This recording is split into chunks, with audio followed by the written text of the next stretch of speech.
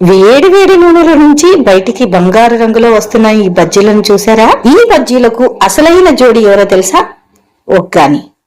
రాయలసీమలో స్పెషల్ అయిన వంటకం ఈ ఒగ్గాని బజ్జీ. వేడివేడిగా తింటే సూపర్ గా ఉంటుంది. ఎలా చేయాలో చూసేద్దాం. ఇక్కడ నేను చూపిస్తుంది మరమరాలు లేదా బొరుగులు. రాయలసీమలో వీటిని బల్లారి బొరుగులు అంటారు. ఇది ఎంతమందికి తెలుసో నాకు కామెంట్ అయితే పెట్టండి. రెండు రకాలు ఉంటాయి. ఇవి కొంచెం బల్లారి బొరుగులు అంటారు. కొంచెం మందంగా ఉంటాయి. కొద్దిసేపు ఎక్కువగా నానతాయి.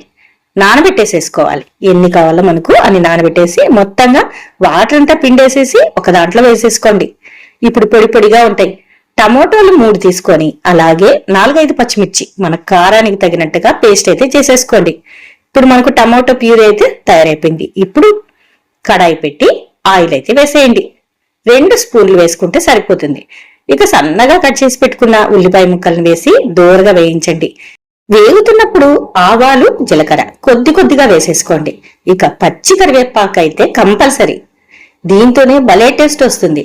ఇది కూడా కొంచెం వేగిన తర్వాత మన ముందుగానే తయారు చేసి పెట్టుకున్న టమాటో ప్యూరీని అంతా వేసేసి తగినంతగా పసుపు ఉప్పు కూడా వేసేసుకోండి.